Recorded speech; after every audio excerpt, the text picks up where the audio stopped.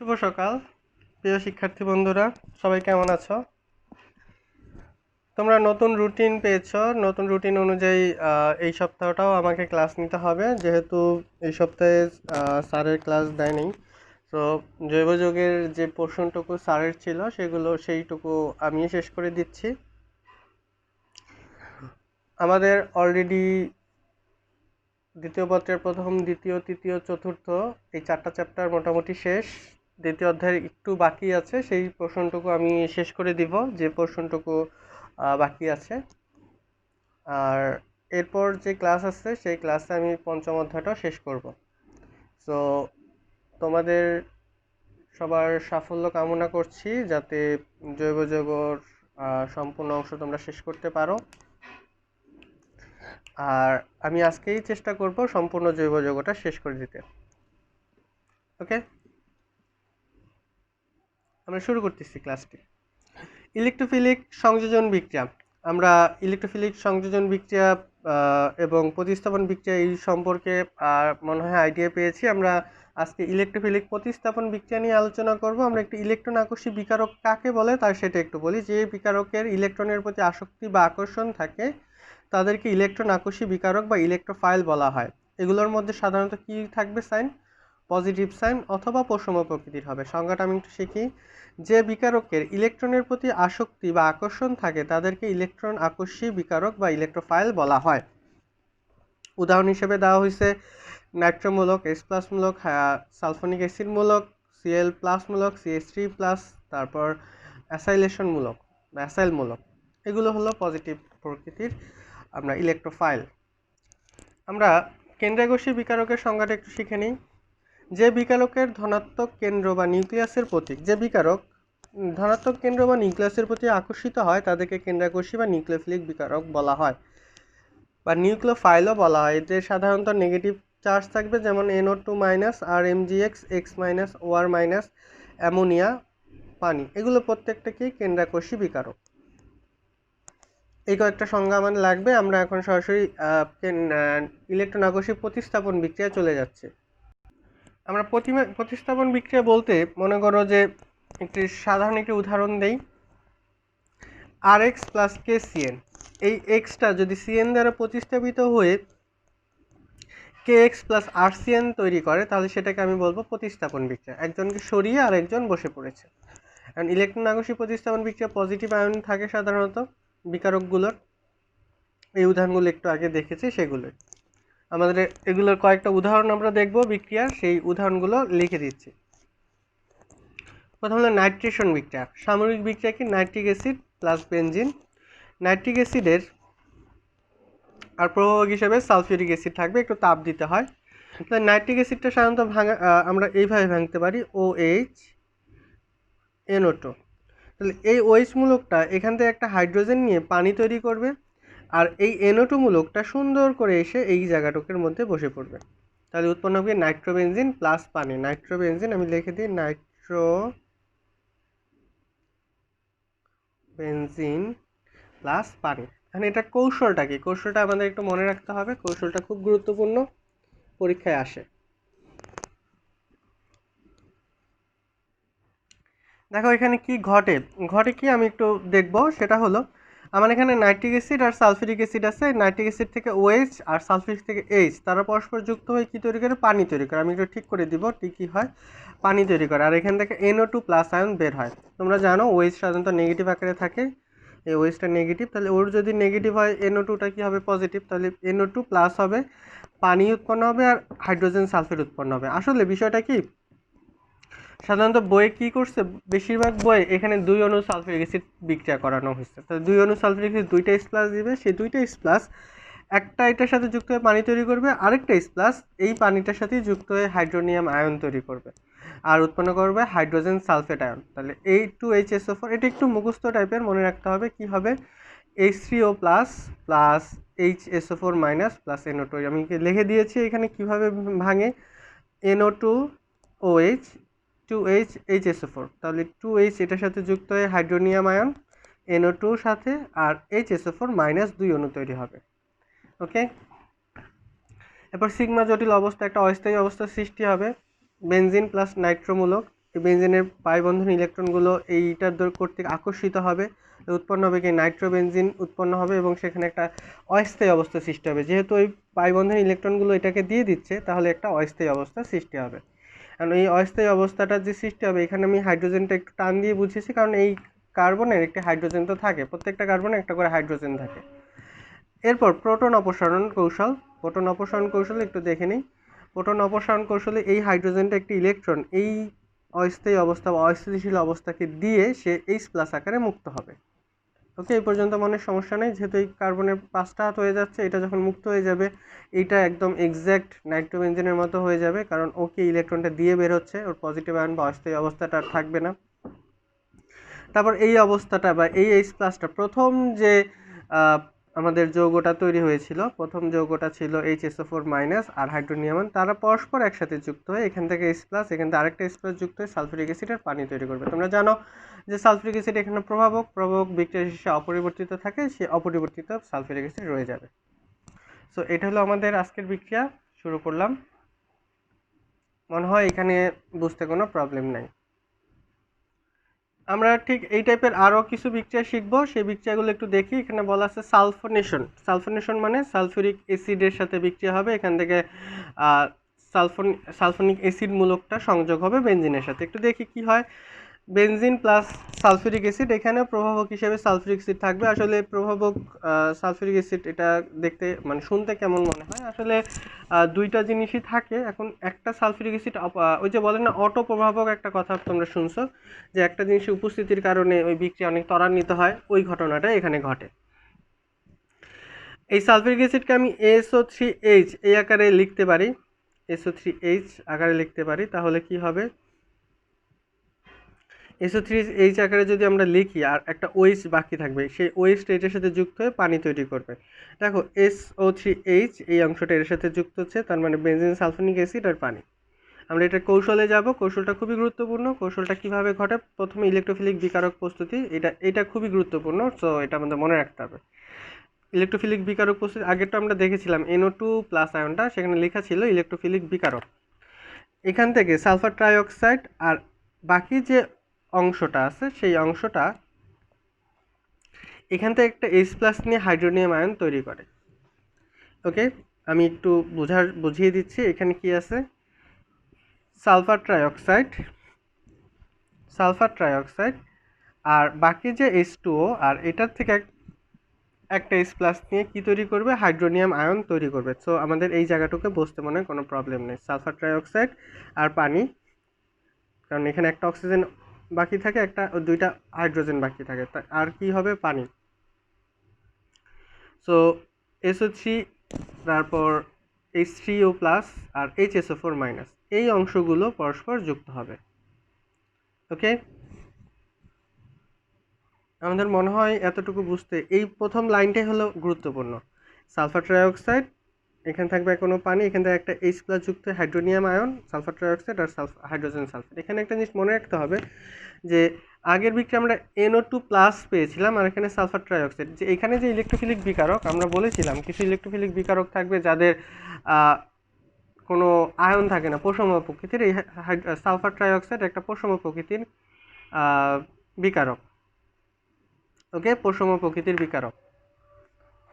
So আমরা এই যে প্রশম প্রকৃতির বিকারক, সেই প্রশম প্রকৃতির বিকারকটা এর সাথে যুক্ত হবে কিভাবে, এই ঠিক আগের মতো বেনজিনের পাই বন্ধন ইলেকট্রন এটার প্রতি আকর্ষিত হবে, যেহেতু এটা একটা ইলেকট্রোফিলিক বিকারক।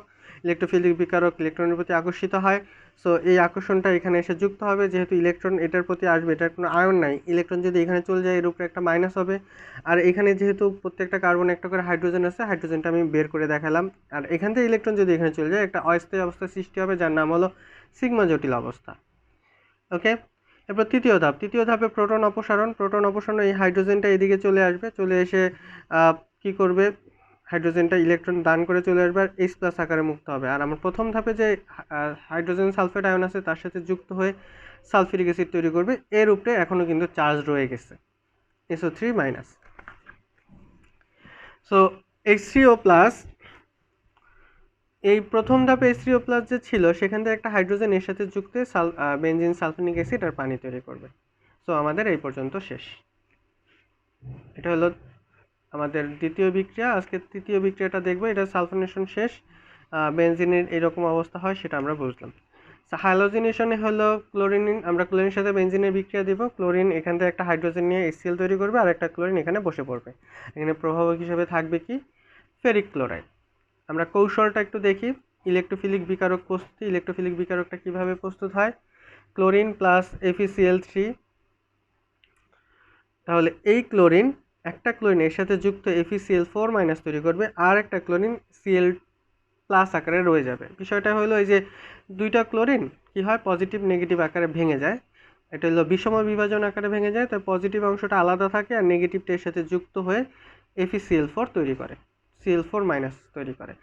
এরপর ঠিক এটা একটা আমি তোমাদের উদাহরণ দেওয়ার সময় বলেছি যে Cl প্লাস সেটাও একটা ইলেকট্রোফিলিক বিকারক। তাহলে সেই ইলেকট্রোফিলিক বিকারক বেনজিনের পাই বন্ধন কর্তৃক, পাই ইলেকট্রন কর্তৃক আকর্ষিত হবে। আকর্ষিত হয়ে এই সিগমা জটিল অবস্থাটা তৈরি করবে। আমরা জানি যে এখানে একটা হাইড্রোজেন থাকে, সেই হাইড্রোজেনটা সুন্দরভাবে একটা প্রোটন অপসারণ করবে তৃতীয় ধাপে। সেই প্রোটনটা এখানে থাকবে এবং প্রথম ধাপে FeCl4 যে তৈরি করেছিল সেখান থেকে একটা ক্লোরিন এর সাথে যুক্ত HCl আর FeCl3 তৈরি হবে। আসলে বিক্রিয়ার কৌশলগুলো তো আমরা আবিষ্কার করি না, বিক্রিয়ার কৌশলগুলো বিজ্ঞানীরা আবিষ্কার করেছে, কিভাবে ঘটেছে বা কিভাবে ঘটে, কি ঘটে সেই বিষয়গুলো তারা দেখানোর জন্য যা যা অবতারণা করেছে আমরা সেগুলোই তোমাদের ব্যাখ্যা করি। সো তোমাদের উচিত এগুলো খুব সুন্দর করে পড়ে মুখস্থ করে ফেলা। আমরা পরের রিঅ্যাকশনে চলে যাব। এটার হলো অ্যাসাইলেশন, এটা আরেকটা নাম ফিডেল ক্রাফট বিক্রিয়া। আমি একটু লিখে দিই, ফিডেল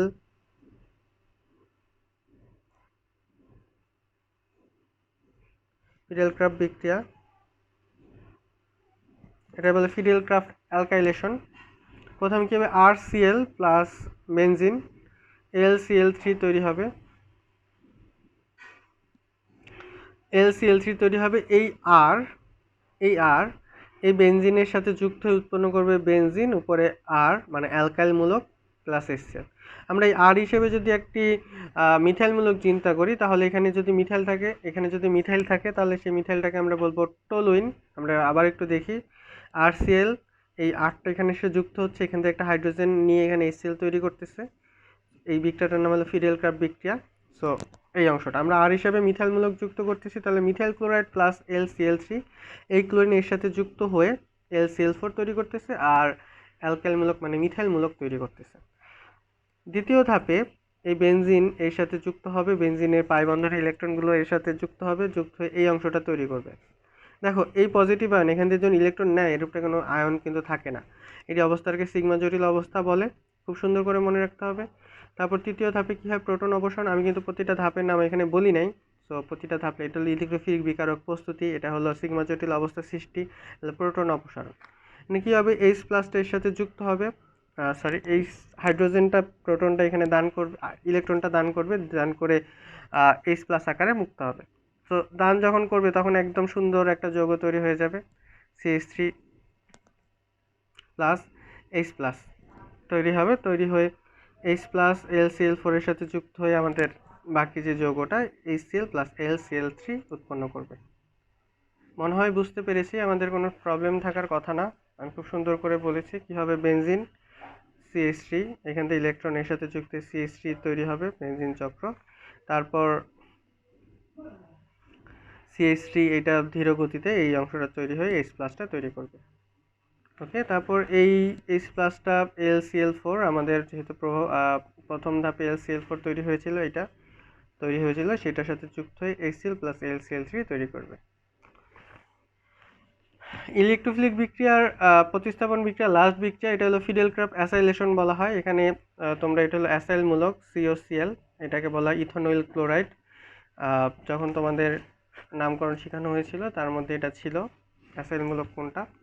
সো সেখানে বেনজিন প্লাস RCOCl, এই অংশটা এইখান থেকে এই আর অংশটার মানে এই ক্লোরিন অংশটা কি হবে, এখান থেকে হাইড্রোজেন নিয়ে HCl তৈরি করবে, যে বাকি যে এই অংশটা এখানে এসে বসে পড়ে এই অংশটা তৈরি করবে। এটাকে বলা হয় ফিনাইল ইথোনন বা অ্যাসিটোফিনন। আমরা কৌশলটায় যাই, কৌশলটা খুবই গুরুত্বপূর্ণ, কীভাবে ঘটে একটু দেখি। RCOCl plus LCl3, LCl4 minus আর RCO প্লাস, এখন এইটা আমরা যখন উদাহরণ দেখেছি, এইটা হয় কি একটা আমাদের ইলেকট্রোফিলিক বিকারক, সেই ইলেকট্রোফিলিক বিকারকটা এর সাথে যুক্ত হবে। তো যুক্ত হবে কিভাবে? এই পাই বন্ধন ইলেকট্রনটা এটার সাথে আকর্ষিত হবে, আকর্ষিত হয়ে এই যে কোনো একটা কোণায়, এই কোণায় দিতে হবে এমন কোনো কথা নাই, যে কোনো একটা কোণায় এসে যুক্ত হয়। যে কোনো একটা কোণায় যখন যুক্ত হয়, সিও আর হাইড্রোজেনটাকে আমি বের করে দিলাম, আর এখানে পজিটিভ। হাইড্রোজেনটা বের করে দিলেও প্রবলেম নেই, না দিলেও প্রবলেম নেই। বইয়ে হয়তো বা তুমি বলতে পারো যে স্যার হাইড্রোজেনটা বের করে দেয়নি, না দিলেও প্রবলেম নাই। তো এই জিনিসটা মাথায় রেখো, কিন্তু বুঝতে হবে যে এই হাইড্রোজেনটা পরের ধাপে অপসারিত হচ্ছে, এইচ প্লাস আকারে অপসারিত হচ্ছে। সো এটা এইচ প্লাস আকারে অপসারিত হবে, আর এখানে তৈরি করবে ফিনাইল ইথনল এইচ প্লাস, আর প্রথম ধাপে LCl4 মাইনাস তৈরি করা ছিল, সেটা এর থেকে ক্লোরিনটা এসে HCl আর LCl3 তৈরি করবে। সো এইটা হলো আমাদের ইলেকট্রোফিলিক প্রতিস্থাপন বিক্রিয়া। 5টা বিক্রিয়া আমরা দেখাই দিলাম, যেহেতু আমার কাছে লেখা ছিল আমি সুন্দর করে তোমাদের বোঝানোর জন্য যেভাবে দরকার সেভাবে বলে দিলাম। আর তোমরা এগুলো বাসায় বলে দিচ্ছি যে এখান থেকে তোমাদের পরীক্ষায় কোশ্চেন হয়, তো বারবার করে প্র্যাকটিস করবে যাতে এখানে কোনো প্রবলেম না থাকে। আচ্ছা, আরেকটু টপিক বাকি আছে, সেটা কেন্দ্রাকর্ষী প্রতিস্থাপন বিক্রিয়া। কেন্দ্রাকর্ষী প্রতিস্থাপন বিক্রিয়া ইংলিশে বলে নিউক্লিওফিলিক সাবস্টিটিউশন রিঅ্যাকশন। এটার শর্ট নেম হলো SN রিঅ্যাকশন। এটাকে দুইটা ভাগে ভাগ করা যায়, হলো একটা হলো SN1 আর একটা হলো SN2।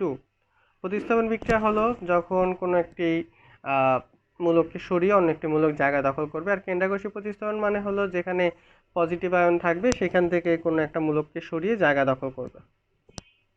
আমরা একটা সহজ উদাহরণ দিলাম, RCl প্লাস KOH, এটা অবশ্যই অ্যাকুয়াস দ্রবণ থাকবে, তাহলে ROH প্লাস KCl তৈরি হয়। আমরা SN1 বিক্রিয়ায় চলে যাচ্ছি, এক আণবিক কেন্দ্রাকর্ষী প্রতিস্থাপন বিক্রিয়া। কি বলছে? একটি মাত্র বিক্রিয়কের ঘনমাত্রার উপর কোনো কেন্দ্রাকর্ষী প্রতিস্থাপন বিক্রিয়ার গতি নির্ভরশীল হলে এরূপ বিক্রিয়াকে SN1 বিক্রিয়া বলা হয়। একটি বিক্রিয়কের উপর সম্পূর্ণ বিক্রিয়ার যদি নির্ভরশীল হয় তাহলে সেরূপ বিক্রিয়াকে কি বলা হয়? এক আণবিক কেন্দ্রাকর্ষী প্রতিস্থাপন বিক্রিয়া। আমরা ওই আগে যে বিক্রিয়াটা দেখেছি সেটাই এখানে দেখাচ্ছে, একটু সহজ আকারে বলতেছে। আর KOH তৈরি হবে, মানে কৌশলটা হলো RCl, এটা R প্লাস আর Cl মাইনাস প্রথমে ভেঙে যাবে, আর KOH একটি সহজে ভেঙে যায়, মানে দেওয়ার সাথে সাথে ভেঙে যায়, সো সেটা বিক্রিয়ার মাধ্যমেই থাকবে। সেই ওএইচটাই এই R প্লাসের সাথে যুক্ত হয়ে ROH তৈরি করবে। আমরা এটার কৌশলটা দেখব, তার আগে আমরা এটা পরে আজকে শেষ করব। SN1 বিক্রিয়ার বৈশিষ্ট্যটা পড়ি। এই বিক্রিয়াটি দুইটি ধাপে ঘটে। 3 ডিগ্রি অ্যালকাইল হ্যালাইডের ক্ষেত্রে SN1 বিক্রিয়া সহজে ঘটে, আর পোলার দ্রাবকে এই বিক্রিয়া সহজে ঘটে। ইহা একটি প্রথম ক্রম বিক্রিয়া। এই 4টা বৈশিষ্ট্য খুব সুন্দর করে লিখতে হবে, তারপর বিক্রিয়ার কৌশলে যেতে হবে। এই 3 ডিগ্রি অ্যালকাইল হ্যালাইড নিয়ে আমরা কাজ করতেছি। এটা 2 ডিগ্রি অ্যালকাইল হ্যালাইড, এটা 1 ডিগ্রি, এটা non degree alkyl halide. SN1 বিক্রিয়াটা একটু দেখি। একটা 3 degree alkyl halide. 3 degree alkyl halide কেন 3 ডিগ্রি ছিল? এটা হলো এটা হলো মূলকের সাথে কার্বনকে আলফা কার্বন বলে, এর সাথে 3টা কার্বন যুক্ত আছে, তাই এটা 3 degree alkyl halide. Plus KOH, তাহলে এখান থেকে উৎপন্ন হবে এই যৌগটা উৎপন্ন হবে। কৌশল: প্রথম ধাপ, টারশিয়ারি বিউটাইল ক্লোরাইড বিয়োজিত হয়ে মধ্যবর্তী ট্রাইমিথাইল কার্বনিয়াম আয়ন উৎপন্ন করে। এই লাইনটা কি তোমাদের বুঝতে কোনো প্রবলেম আছে? টারশিয়ারি বিউটাইল ক্লোরাইড বিয়োজিত হয়ে মধ্যবর্তী ট্রাইমিথাইল কার্বনিয়াম আয়ন তৈরি করে। প্রথমে কি হয়? প্রথম ধাপ, এই টারশিয়ারি বিউটাইল ক্লোরাইড সেই অংশটা বিয়োজিত হয়ে প্লাস তৈরি করছে, trimethyl carbonium ion plus chloride ion তৈরি করতেছে। এটা একটা ধীরতম ধাপ। তোমরা সবাই জানো যে কোনো একটি বিক্রিয়ার ধীরতম ধাপটাই বিক্রিয়ার গতিকে নিয়ন্ত্রণ করে। দ্বিতীয় ধাপে কি হবে? কার্বনিয়াম আয়ন ক্ষার থেকে আগত OH মাইনাসের সাথে দ্রুত যুক্ত হয়। এই OH মাইনাসটা KOH থেকে আসে, সেটা দ্রবণের মধ্যে খুব সুন্দরভাবে প্রথমেই থেকে যায়। তাহলে এর সাথে যুক্ত হয়ে এই যৌগটা তৈরি করে, এটা 3 ডিগ্রি অ্যালকোহল বলা হয়। আমরা জানি কোনো একটি বিক্রিয়ার যে ধাপটি সম্পন্ন হতে বেশি সময় লাগে তা সম্পূর্ণ বিক্রিয়ার গতিকে নিয়ন্ত্রণ করে। এই বিক্রিয়া দেখা যায় যে একটি বিক্রিয়ক ভাঙতে বেশি সময় লাগে, এ কারণে এই ধাপটি সম্পূর্ণ বিক্রিয়ার গতিকে নিয়ন্ত্রণ করে, তাই একে এক আণবিক কেন্দ্রাকর্ষী প্রতিস্থাপন বিক্রিয়া বলা হয়। তো SN1 বিক্রিয়ার সক্রিয়তার ক্রম, আমরা যদি সক্রিয়তার ক্রম দেখতে চাই, সেটা 3 degree greater than 2 degree greater than 1 degree greater than non degree alkyl halide, মানে 3 ডিগ্রি সব থেকে দ্রুত বিক্রিয়া দিবে। আমরা SN1 বিক্রিয়া পর্যন্ত আজকে শেষ করি। তারপর আমি জানি যে আজকে আমি অনেকগুলো টপিক পড়িয়েছি, তোমাদের মনে হতে পারে যে স্যার এতগুলো টপিক পড়িয়ে ফেললো।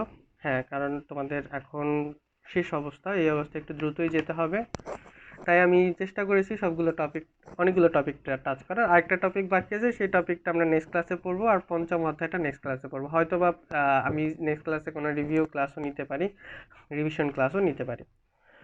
আজকে ধন্যবাদ সবাইকে ক্লাসটা করার জন্য, সবাই ক্লাসটা করবে।